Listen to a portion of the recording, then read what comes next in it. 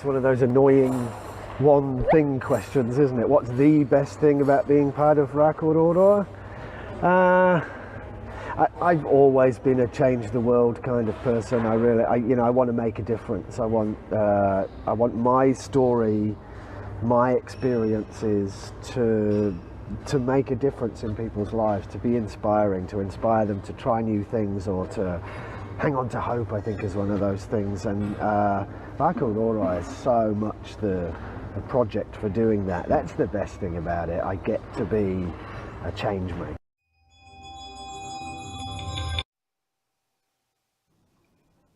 Nina Mani, Mani Napuni, change makers, to the Tall Trees Initiative from your Mental Health Commission. Naglu Tapadi, Naglu Ghana Yerta Takanti. We gratefully acknowledge we're broadcasting from the unceded Ghana lands and pay respects to elders past, present and emerging. This always was and always will be Ghana land. Over the next hour, we'll hear from graduates from the New Zealand initiative known as Rakororo, such as Steve from the clip we just saw. We'll also hear from our Governor, Her Excellency, the Honourable Francis Adamson AC, and the Honourable Chris Picton MP, Minister for Health and Wellbeing, along with special guests from across the ditch. We'll dive into the detail with Mental Health Commissioner Taimi Allan and answer some of your pre-submitted questions. Shortly, we're honoured to have with us Jack Buckskin, who'll provide a welcome to country, and along with a very special guest from New Zealand, a ceremony to set the scene.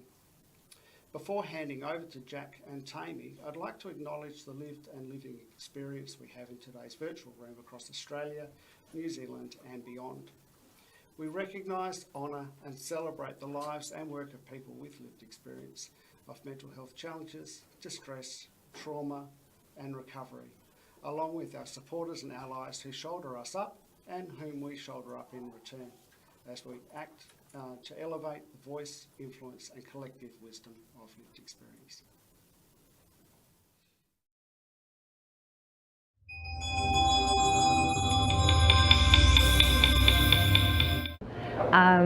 It's amazing to be able to use your lived experience and turn it around in a way that challenges all the discrimination and stigma you might have faced, but the people are the most empathetic, caring people.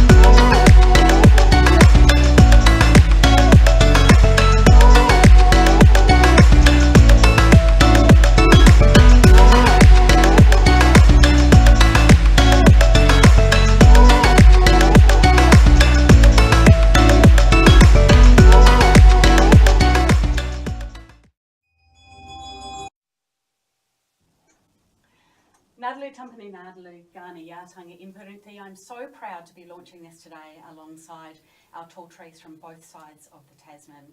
And I'm very, very honoured to be standing on the land of the oldest living civilization on Earth, really. And I'm going to introduce in a moment Jack Buckskin, the inimitable Jack Buckskin, who's going to do a welcome to country, which is a bit unusual being online.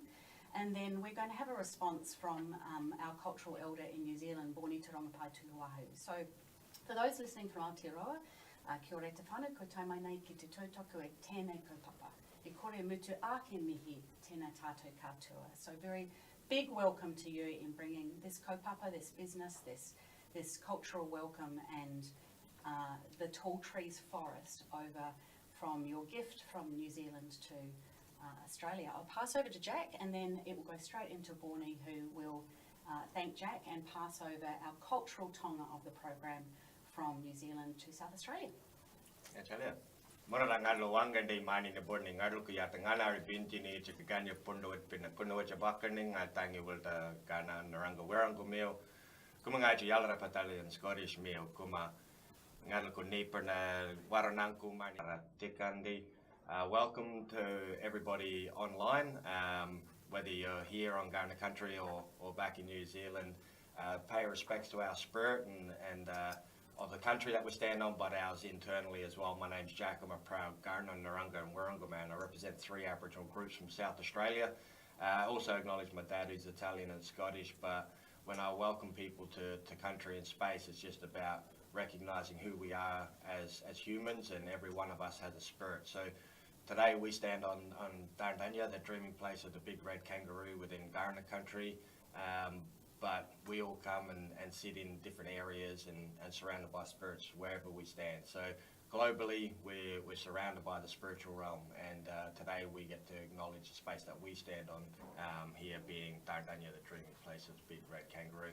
So the people here in Adelaide, welcome to the country that we stand on, but to all the other brothers and sisters over the ditch, we want to acknowledge your spirit and the continuous thrive to continue who we are as peoples. He mihi atu ki a koe Jack mō tēnei mihi. Tēnā rā koutou katoa. Kia ora. He mahi tuatahi tēnei ngā mihi ngā tangata whenua o konei.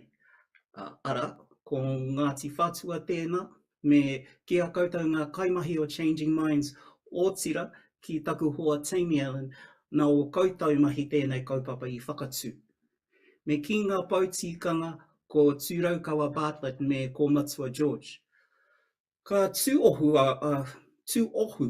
au ki a kōrua, ngā maunga o te kaupapa nei. Ko wai au, he uri ahau no ngā iwi o ngā tūhoi te arawa, tūwhareto, whakatohea, me kai tahu hoki. Ko Boni Tarongapai tuki waho tōku ingoa, ko ai te kaiārahi mō te wāhanga o tēnei kaupapa I tēnei wā. I te whakatū wheratanga o rā kauroroa, nā Matua George, tēnei kaupapa I whakanoa. I tuku karakia mō te kaupapa, mō tēnei haerenga, mō ngā kaimahi, mō rātau hoki mā tēnei kaupapa I hanga. Te taia a Matua George te kōrero mō te kaupapa I tēnei rā. Nā reira, kei raro I tāna mana, au ko heina rā kauroroa ki a koutou ngā tangata kāna. Ko te wāwata kia whakapākari, he hononga hauora, kei wainganui I te whenua momoia me Aotearoa. Ara, he mihi atu ki a koutou. Kia ora everyone. Firstly, it was important for me to acknowledge those who have come before us. So I was acknowledging Ngāti Whātua, who is the respected iwi and the guardians of the land here in Aotearoa, who supported Rākauroroa in its infancy. Also to you, Jack, thank you for your welcome to country. Hei mihi atu anō. Paying respects to our Changing Minds kaimahi, past and present, and to our friend Taimi, who established the mahi. And to our Māori guardians of this kaupapa, Tūraukawa Bartlett and Matua George. So I bow my head to the steadfast anchors of them to this initiative. My name is Boni Tarongapai Tūkiwaho. We're a few hats in alignment with Rako Roroa. I was around when in its infancy. I was working at Changing Minds, and I did the training as well. Today here, because our elder, Matua George, is unable to speak for us, I'm blessed to be able to represent him and pass on the taonga to the Ghana people to hold, with the hope that it builds a stronger, connected mental health community in Australia as it has done in Aotearoa. He mihi atu ki a koutou. Kia ora, everyone. Tēnā koe, Bonnie. Ngā mihi nui ki a koe. It's really lovely for you to pass on that taonga. So, in representation of that taonga, I pass to you, Jack, as guardian of a seedling that we hope will grow in South Australia and Australia. Mani, Australia.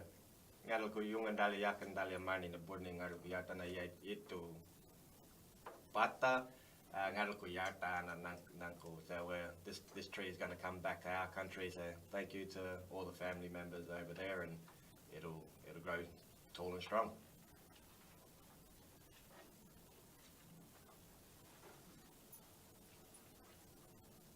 I'd now like to introduce online the Honourable Francis Adamson, our Governor of South Australia, who's got a short message for us before I move into introducing our Minister of Health, Minister Picton. Ghana Bogana Alia, Ghana Miana Alia, Yaichi Miana Alia, Kuatana, Yartamanku. Natuna Tampandi, Ghana Miana, Yachi Yatamasana, Pukuninanku, Yalaka, Takaricha. I acknowledge and pay my respects to Aboriginal people, whether from Ghana country or other lands and regions. I also acknowledge the Ghana people as the traditional owners of this land, from the past, today, and into the future. It's a pleasure to join you to support Tall Trees, an initiative that places lived and living experience at the heart of community leadership. Tall Trees is about turning insight into action, reducing stigma, building inclusion, and encouraging earlier help seeking so that people can receive support before crisis. Done well, it can strengthen the fabric of our communities and lighten the load on our hospitals and emergency departments. As Governor, I have the privilege of seeing every day the difference that volunteers, community leaders and service organisations make across our state, from schools and youth groups to health charities and research institutes. Their efforts remind us that the most durable progress begins locally, with people who care about their neighbours and act with purpose. Tall Trees belongs in that company, a movement of practical projects, large and small, each one planting a seed of understanding that can grow into lasting change. This initiative also speaks to our values as South Australians. We're a state which thinks globally and acts locally, welcomes diverse perspectives, and understands the power of partnership. My own journey from Adelaide to service overseas and back again has reinforced a simple truth. When people are heard and respected, communities thrive. I particularly welcome Tall Trees' commitment to co-design with Aboriginal leaders and to weaving Aboriginal cultural wisdom into the program's very fabric. In Aotearoa, New Zealand, Tall Trees is enriched by language and cultural frameworks. Here in South Australia, we can help advance our shared goals for culturally safe care, shared decision-making and equity, consistent with South Australia's Closing the Gap commitments and partnership approach with Aboriginal community-controlled organisations. Tall Trees is also notable for the safety it offers participants, the option to contribute anonymously where appropriate, the emphasis on clear boundaries, and the mentorship that helps graduates deliver projects confidently and sustainably.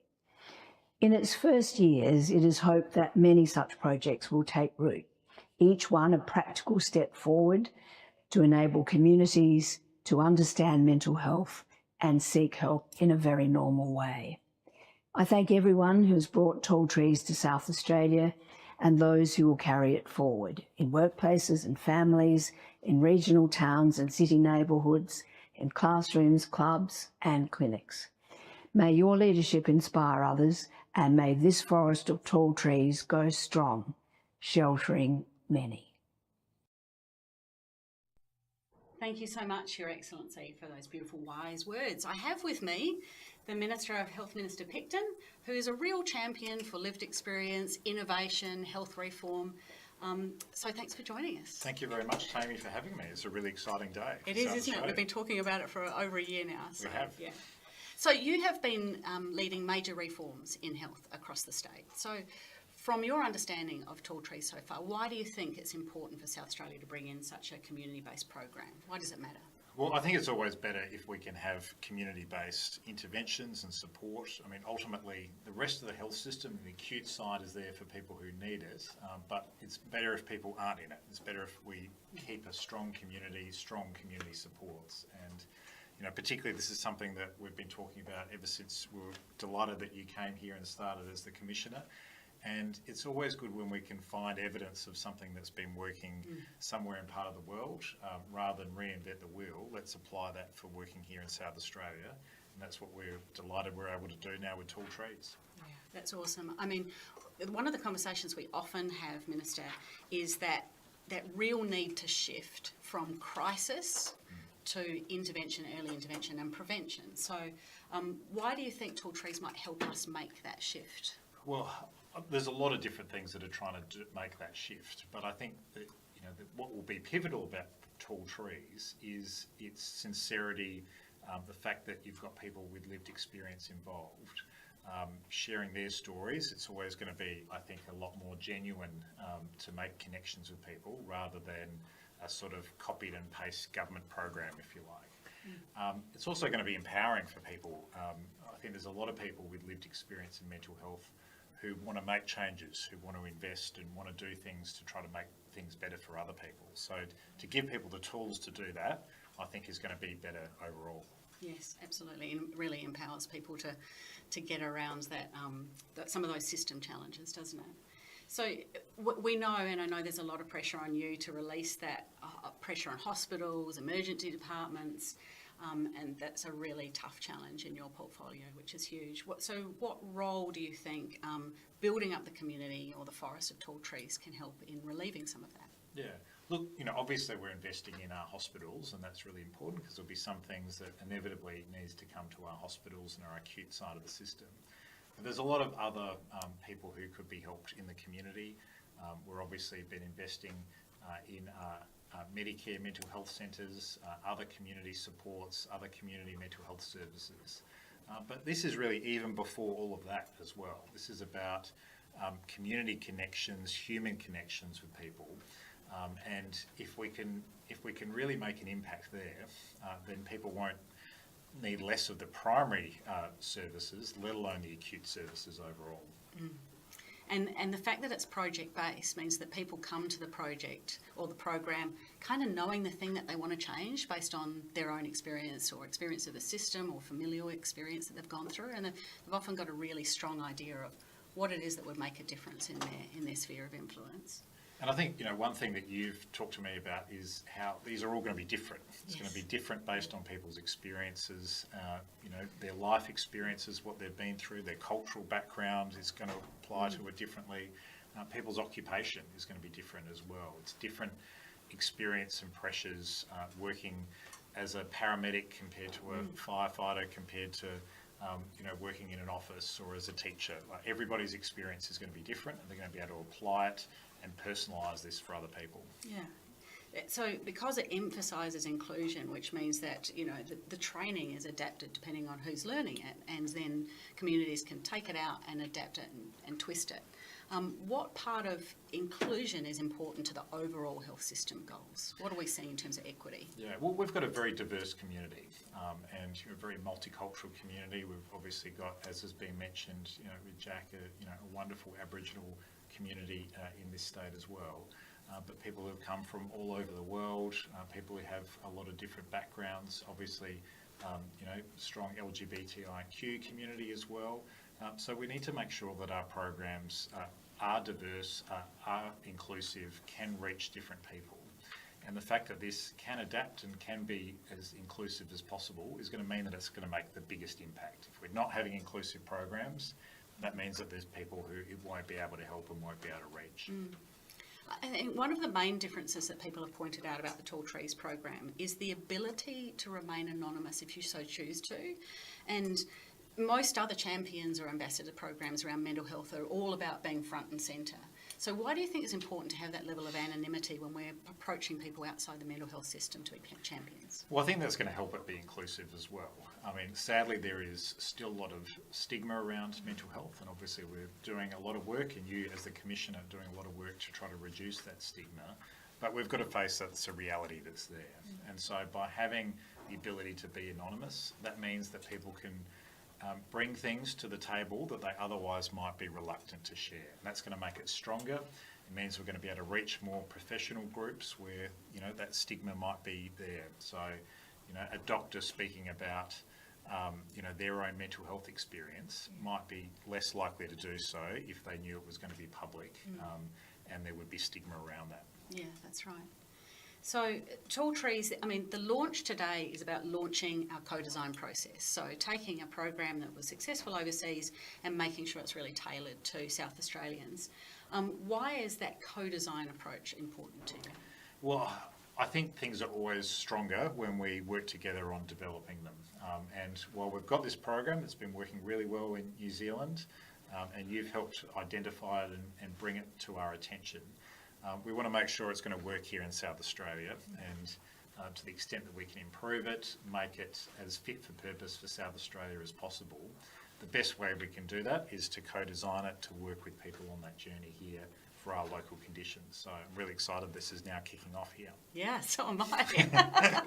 Look, Minister, one of the really important things about the original program in New Zealand is how woven Indigenous culture is through the very fabric of it from day one. So we've woven through language, cultural understandings of social and emotional well-being.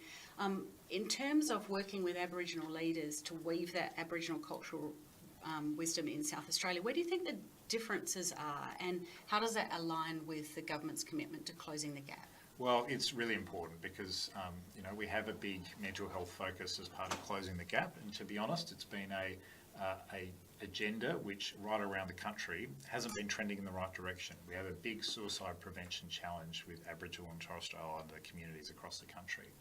And I think the more research that's done in terms of Aboriginal health across the country, we can see that there's not just a social determinant of health issue at play in terms of people's health outcomes, but there's also a cultural determinant of health outcome. And so having appropriately designed, culturally sensitive health interventions such as this one are going to make it more useful and more applicable for Aboriginal communities, and ultimately lead to improvements we want to see in terms of suicide prevention and improving mental health in our Aboriginal community. Yeah, fantastic. So as the program rolls out, and this is kind of a message to us as we're leading this, what would success look like you, Minister? Yeah, well, and this is always the challenge when we're dealing with prevention programs is, you know, you can't automatically see the payoff. Often it will be decades in the making. But I'm really looking forward to it. I think that we're going to hear some really exciting personal stories of what these achievements are going to be, of the projects that people have undertaken, and the differences that it will have made for individual lives. I think those personal experiences are going to be really telling, and hopefully it's just going to keep going from strength to strength. I hope so too. So any last messages to South Australians about the opportunity that Tall Trees represents here? Yeah, well look, I'd encourage people to be part of this co-design process. I think it's going to be a lot stronger the more input that we can get. And then once we have it up and running, you know, all of those people out there who are passionate about mental health, who want to make a difference, this is going to be something to be part of, so that you can apply your lived experience or your passion for mental health to be able to make a difference for other people. And so the call's really out to be part of this. Thank you, Minister. Thank you for championing the program and for your support along the way as we've done our due diligence and making sure it's going to be fit for South Australia. I look forward to training you as a tall tree. Indeed, looking forward to it. Tall Trees now about what the program has meant to them.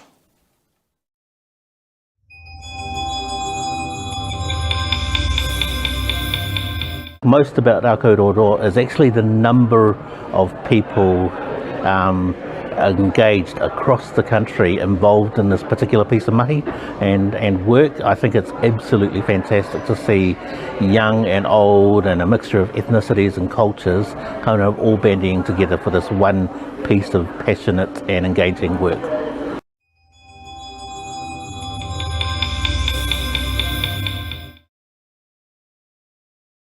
Kia ora koutou. Hello, Matt Ducey here, Minister for Mental Health in New Zealand. Thank you for allowing me to send in a video to you from over the ditch about a topic that I am truly passionate about.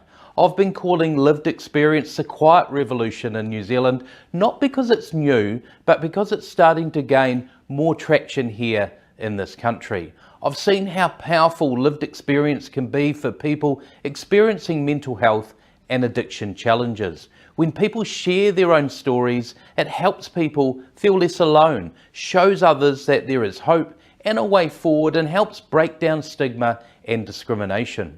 We're rolling out peer support workers in our emergency departments, and the feedback received so far has been fantastic. To share a couple with you, I had a woman in Wellington tell me how surreal it was to be there that day as a peer support worker in the same emergency department. She herself came through the ED in a crisis a few years earlier. She also shared her passion for showing others now that there is a way through.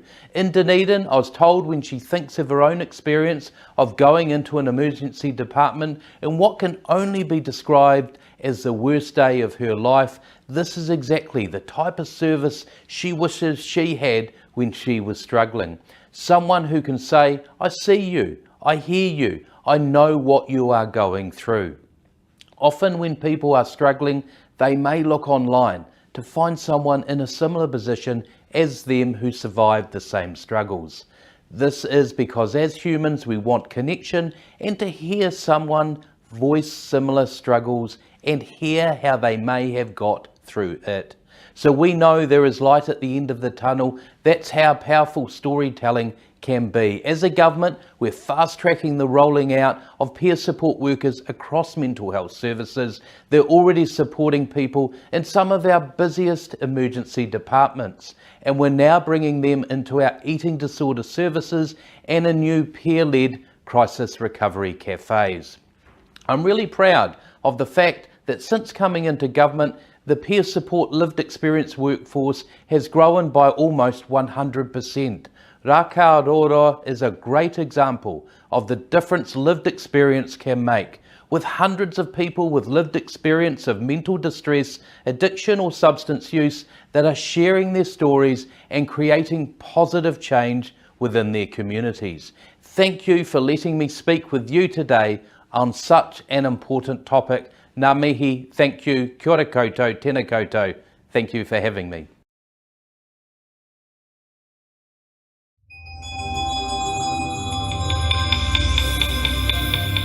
Bring it back to the rākau is, and being a tōtri, being someone that, you know, is not just standing up or above the rest, but is actually there as a pou, is actually there as a haumaru or something of safety to, you know, take care of all the other little tōtris growing up beneath you, being an example, being an inspiration, and changing the world.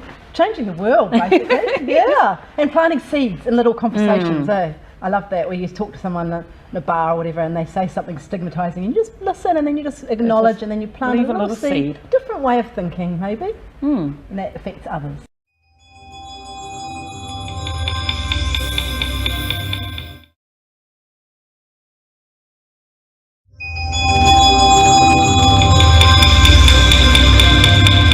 My name is Kevin Harper. I am proud to be a tall-tree and CEO Chief Enabler for Changing Minds. Changing Minds is a lived experience organisation that operates as part of the lived experience community in New Zealand. Through our work, we know that people with lived experience gain strength from learning and discovery. We see how this knowledge supports others and creates change when we act together.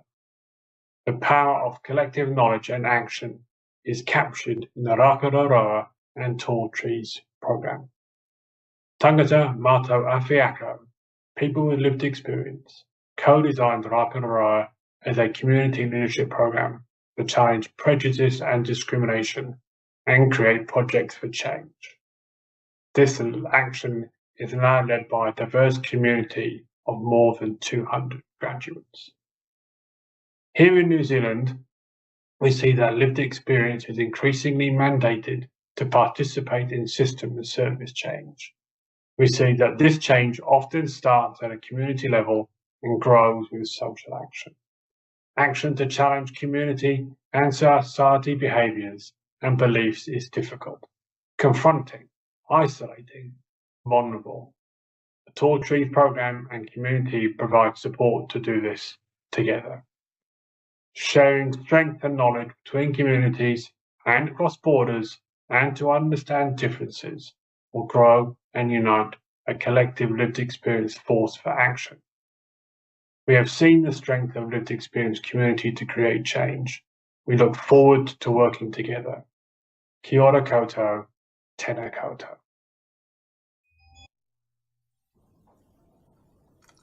G'day, we're back live with Taimi. And Taimi, Tall Trees began in New Zealand. Can you tell us sort of how it came about and why it's been so successful? Yeah, sure. In New Zealand, it's known as Rākau, which loosely translates as Tall Trees. And it stemmed from the National Stigma and Discrimination Reduction Program called Like Minds Like Mine, or Noko Te Ao. And what ordinary happens in co-design is things don't always work out the way you thought. So we thought it was going to be a lived experience leadership program, which of course it is. But when we started looking at social movements around the world and what actually creates change, we decided that we wanted to put something in the hands of people with lived experience and their allies that would actually grow and they could own. So it's not owned by someone, it's like a program that flies in, flies out, but people grab it, own it, and what it does is it snowballs and it creates a real social movement. So like I said to the Minister, it's really unlike a Champions or Ambassador program. Because it was recognised in that co-design process that a lot of the change makers out there aren't in mental health already, and they might not be that comfortable with being really public about their lived experience, but they had experiences, skills and influence in the communities that they were living and working in. So if you were in the Defence Force, you obviously had experience in the Defence Force and knows those systems and what you needed to change. So all of I think the beauty of Rākau or Tall Trees is that it expands way beyond the mental health sector into every single sector, community and fabric of life because it's so adaptable. It empowers people with lived and living experience and their allies to be local change leaders. And we know there's a lot of those in South Australia already, but they maybe don't have the skills, the tools or know what the legal boundaries are there. So I think the idea is pretty simple. What Tall Trees does is it teaches people how to use their stories for change, not necessarily stand up and tell their story. That's a real difference. So it shifts that culture from fear and silence into real safety, understanding and conclusion. So over time, the forest grows from these individual leaders to a real connected forest of tall trees where the ones that have been around longer shelter the kind of new and upcoming leaders or seedlings, really. So I like to call it the wood wide web. That's great. So what makes the program so important for South Australia right now? Yeah, well, look, I've been here for 2 years as of next week in South Australia, back home. And I've seen since I've been here across the state, a real strain on both our people, our communities, our kin, our systems, our Indigenous leaders that have to hold so much knowledge. There's a lot of system harm still happening. There's a lot of confusion from people on where to go, what to do. There's a lot of fear about doing the wrong thing, and forgetting our humanness. So a lot of people we find are reaching crisis before they're actually met with the support that they need. And if they had that support and that peer network, they probably wouldn't get to crisis. So Tall Trees works way upstream and it actually changes the conditions that would otherwise lead to crisis by giving people practical tools to tackle prejudice, self-stigma, isolation, helps people seek help earlier, and from trusted sources that won't stigmatise or discriminate against them. It helps build that community connection, and ultimately it reduces the demand on acute services because people are supporting each other, and because you've got that network all across the state, people know what's good and kind of pass on those recommendations. Yeah. That's great. I love that notion that it's upstream and yes, before it gets to the turbulent waters. Way before. So, that's great. So how does Tall-Trees work from a day-to-day? Yeah, sure. So basically there's kind of three parts to the program. When you want to join Tall-Trees, you kind of come with an idea of something you want to change already. Like I said to the Minister, maybe there's something that's happened to you or happened to your loved one, you go, I don't want that to happen to anyone else. Or maybe there's something about where you live or your work that you just go, if that changed, things would be a lot different. And so participants receive structured training over 2 days. They get a mentor that they choose based on what their project is. So, for example, if you're you want to change policy, you might get some policy people as your mentors. If you're trying to write a play, you might get some playwrights as your mentors. So that network of mentors is really wide and varied. And then there's that growing peer support. So it's a closed online forum where people can connect and it's safe. So built into the program is safety for you and safety for everyone in that network from day one. Part of that personal change project is working out where are your spheres of influence? What can I change? What might I need some support with? So it might be sparking honest conversations at work. It could be improving service navigation in a rural town. It could be launching a creative campaign. So there's all sorts of things. It depends on how visible you want to be. We support them with strong boundaries. So there's some really great examples of that. So we've had police come in and do the training that want to remain anonymous, but they've changed the way that armed offenders go out to situations to be far more compassionate in suicide prevention rather than command and control. We've had an amazing project of a rainbow boxing gyms starting all over the country, which invites people of LGBTQIA, SB+, to come in and learn self-defence in a really safe place. Or it could be as small as just having a conversation with a friend or an Uber driver that has 1,000 conversations in a cab, you know. So the project is really personal to you. It doesn't have to take a lot of time. Yeah, well, that's great. This is something we've touched on a couple of times already, but the program in New Zealand is rich with Maori language, wellbeing frameworks. It's just so interwoven. How are we going to be looking at weaving Aboriginal culture into the South Australian program? As you know, Philip, that's actually the most exciting part for me. So we've started to have some conversations, but we're hoping that this webinar invites more of our Aboriginal leaders to come and walk alongside us so that we can learn from you of how do we embed that into the program from the beginning. Now, we've got a slightly harder challenge here in South Australia that there's so many languages, cultures, skin groups and storytelling lines that what we need to do is work out how can communities adapt it that makes them own it themselves and take it forward. Really, really important to me is that every single model of social and emotional well-being, the Indigenous models from around the world, particularly the ones that are localised, are the most important part of the program because it helps broaden all of our knowledge of holistic health. That's super important. Yeah. So a lot more work to do. But a lot more work to do.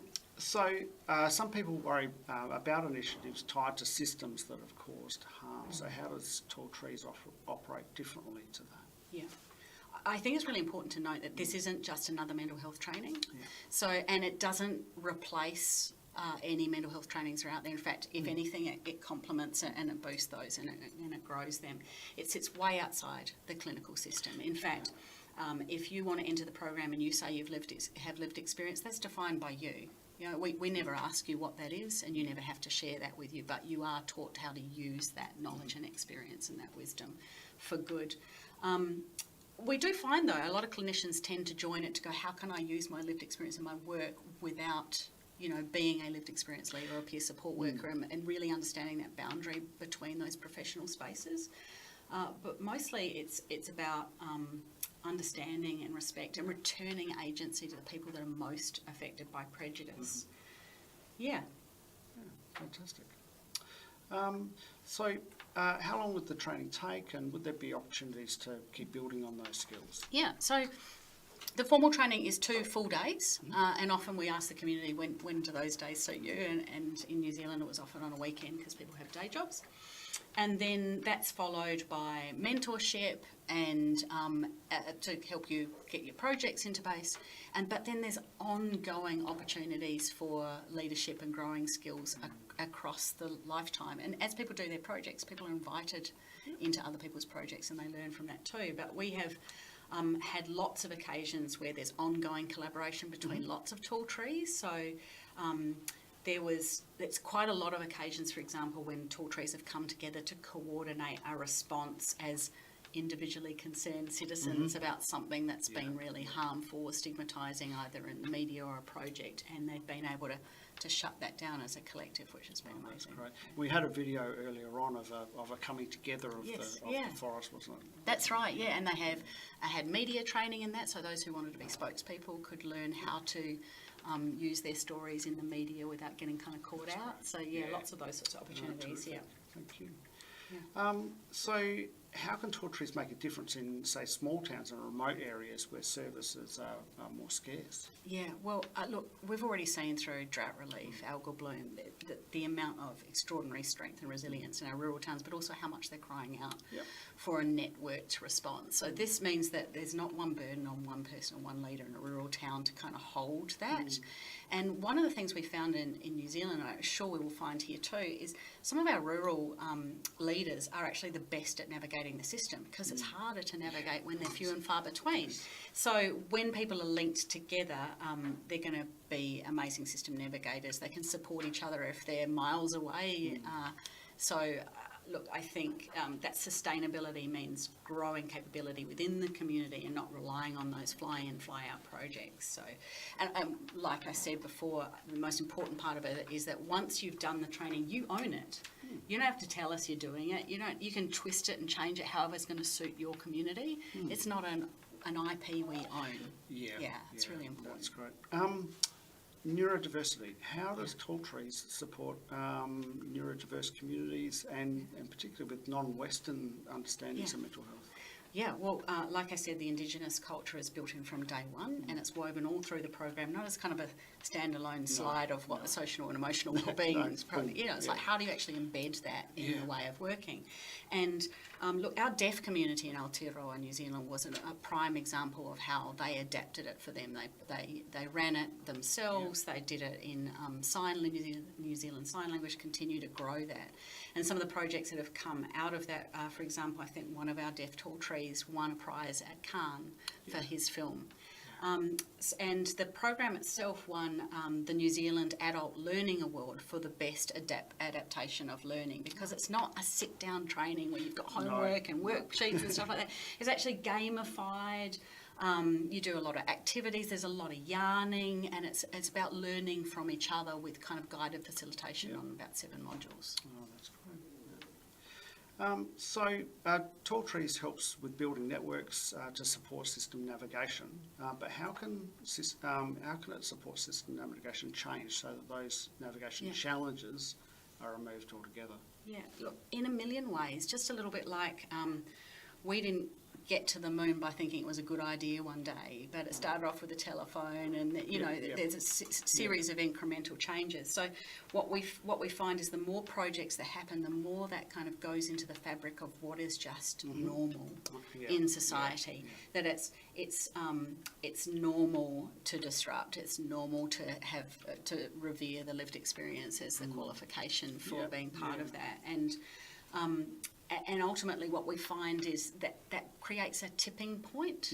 And when there's everybody saying that, then that's when policy gets changed and politics gets changed. That's when you find that journalism changes for the best, when there's just a whole lot of people saying the same thing.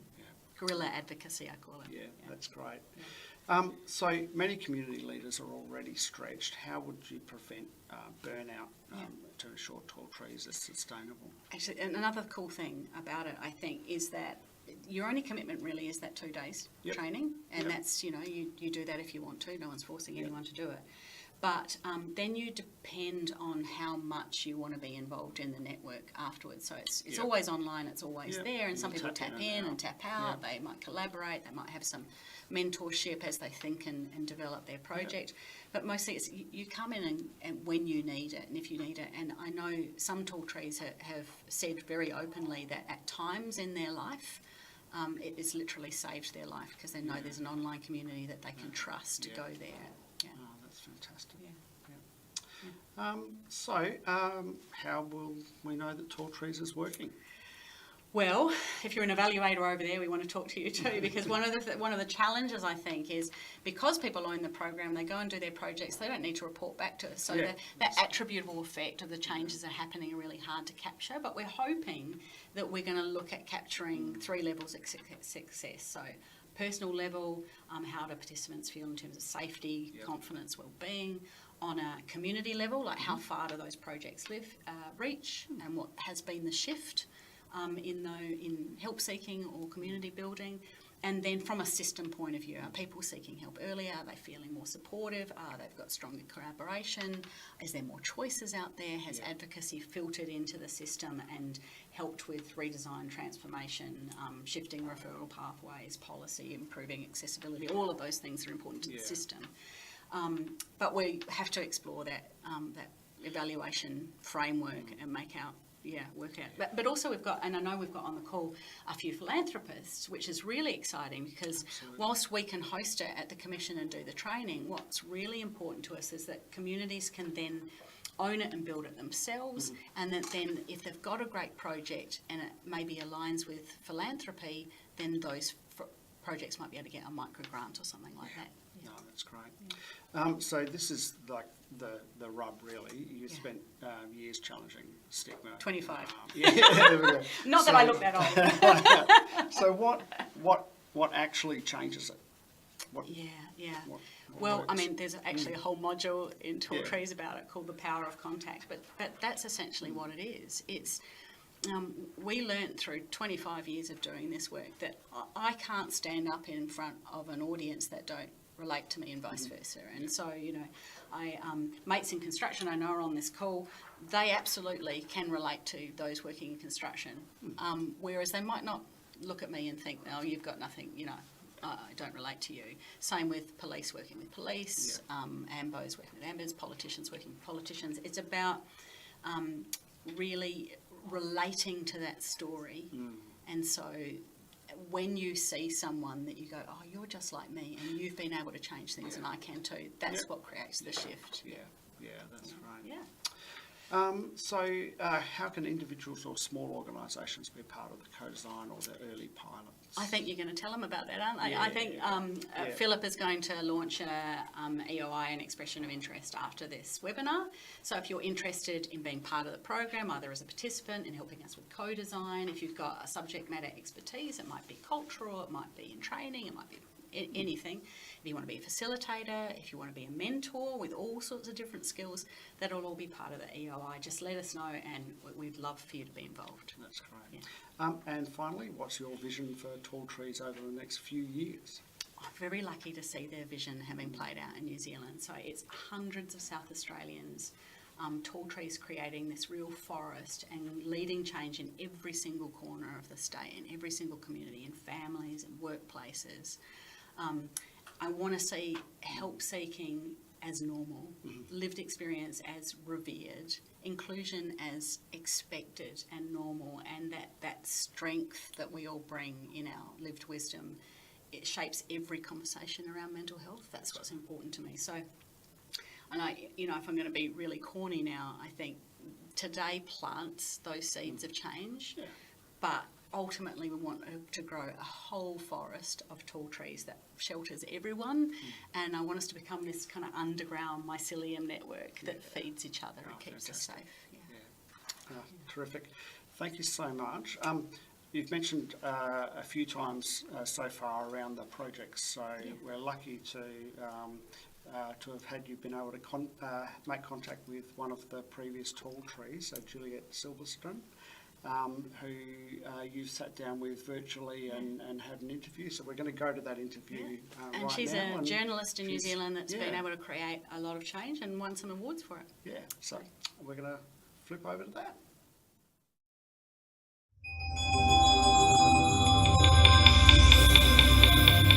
The best thing about being a part of Rako Raroa is that we quite often go through our lives and have people in our lives but never quite know their stories.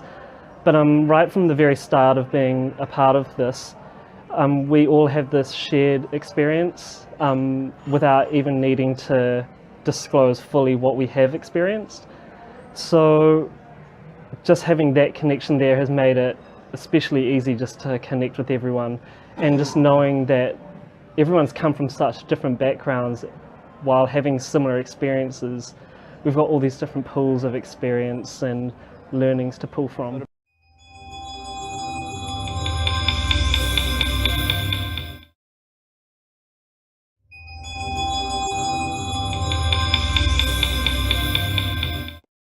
Kia ora, Juliet. How are you? Kia ora, I'm wonderful, thank you. How about yourself? Really great. Hey, thank you so much for joining us on the webinar today. We've got a whole lot of people here in South Australia that are pretty excited to learn a little bit more about tall trees. And I thought interviewing a tall tree who's used to interviewing other people instead might be a really great way of helping people understand what it means on the ground to be a tall tree and then have a project that you deliver that makes change in your world. So maybe if you can start by telling us who you are and what you do. Yeah, absolutely. I'm Juliet. I'm a journalist here in New Zealand, and back in 2018, I received a grant from the Mental Health Foundation to produce a podcast series, a limited podcast series. The overall goal of the brief from the foundation as part of the grant was to help reduce stigma around supporting people with mental distress.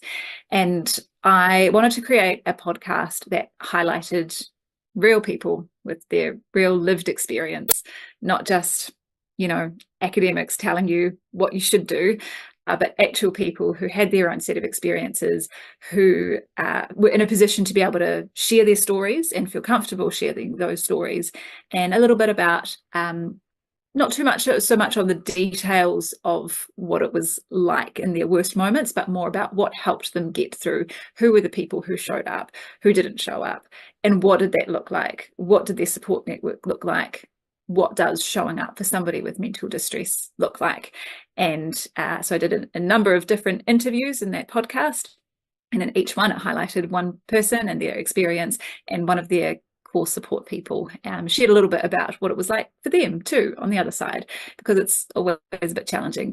It can be very challenging supporting someone with mental distress, but together, you can really do amazing things. And so that was pretty much the basis of the project. I was quite deliberate that I didn't want to make it too high-end production. I really just wanted it to be a conversation, because like anything with mental health, really so much of it just starts with a conversation and somebody listening on the other side.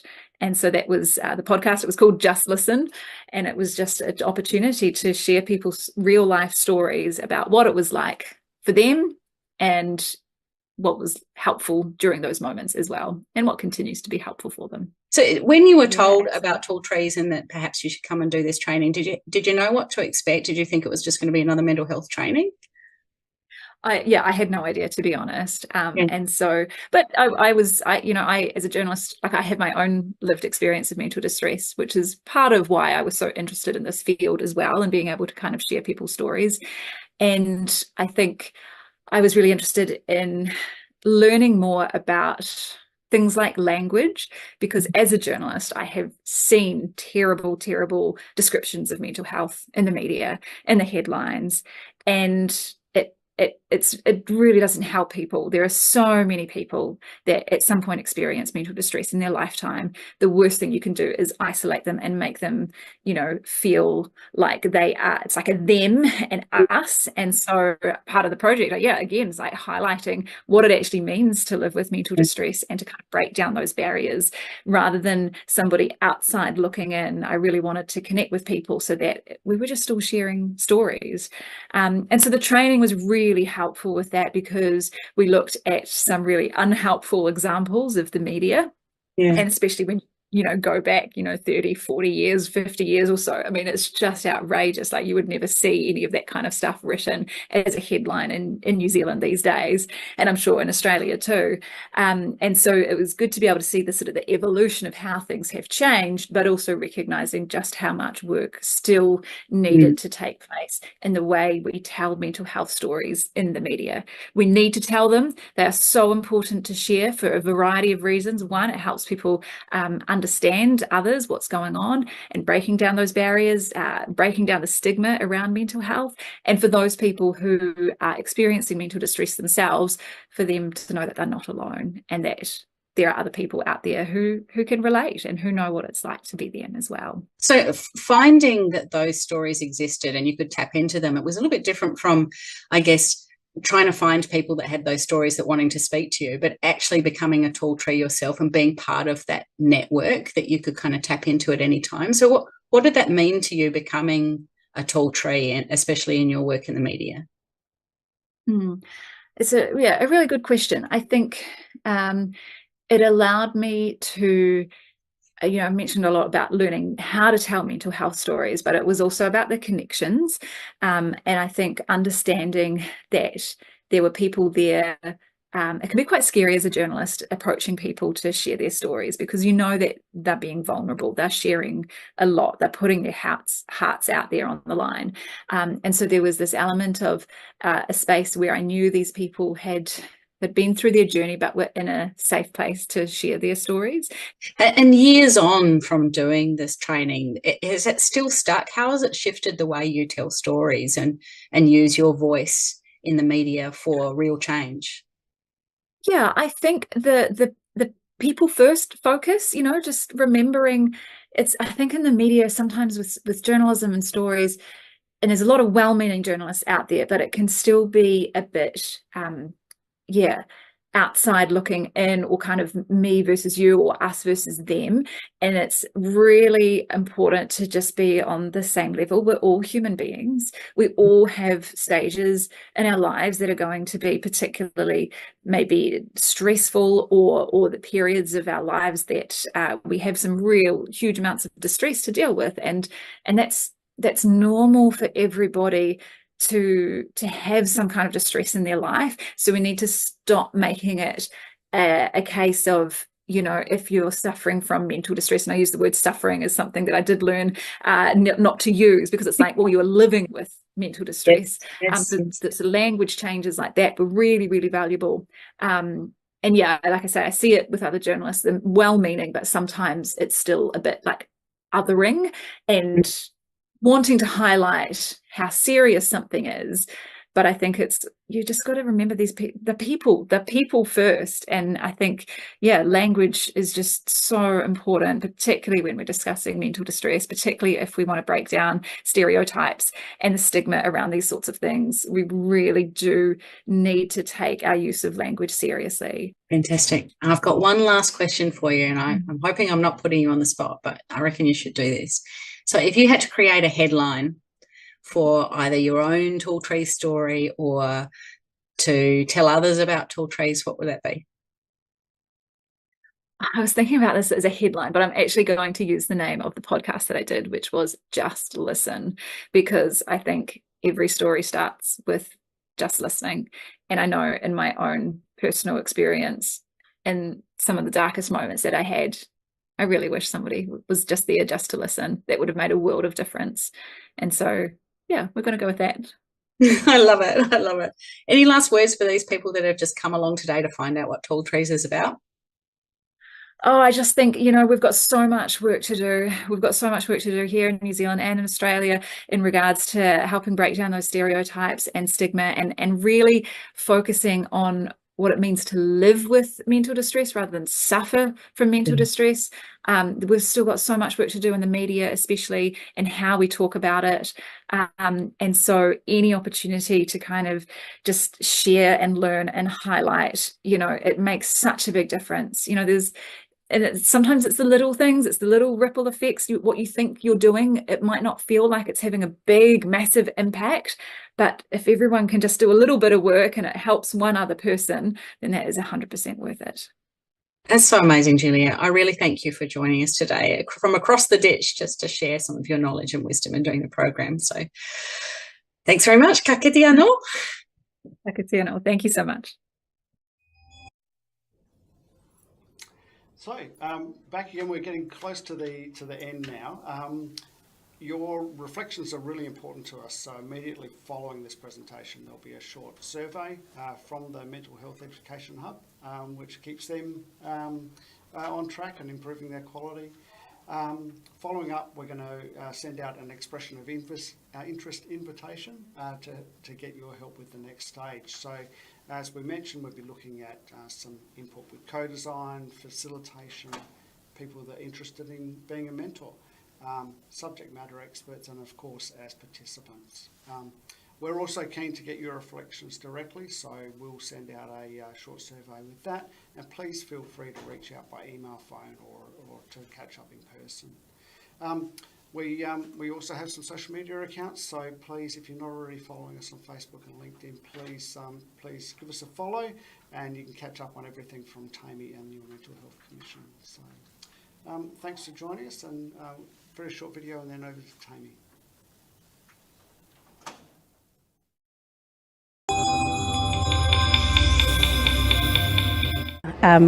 Working in this field, whether it's about stigma and discrimination, or whether it's about I don't know, anything to do with recovery or mental health or suicide prevention or work in addiction or whatever it might be, is the people. Like, I have met the most wonderful people in the many years that I've been in this mahi. And it has something to do with people who have who life has dealt some tough times to. Really, you have to go through a process yourself that makes you look internally and find your strengths. And when you find your strengths, then you connect with other people who have done similar journeys, and it's magic. So honestly, the best thing about this mahi and anyone getting into it is the relationships that you'll form and the connections that will come from it. That will be life. That will be for life. Yeah.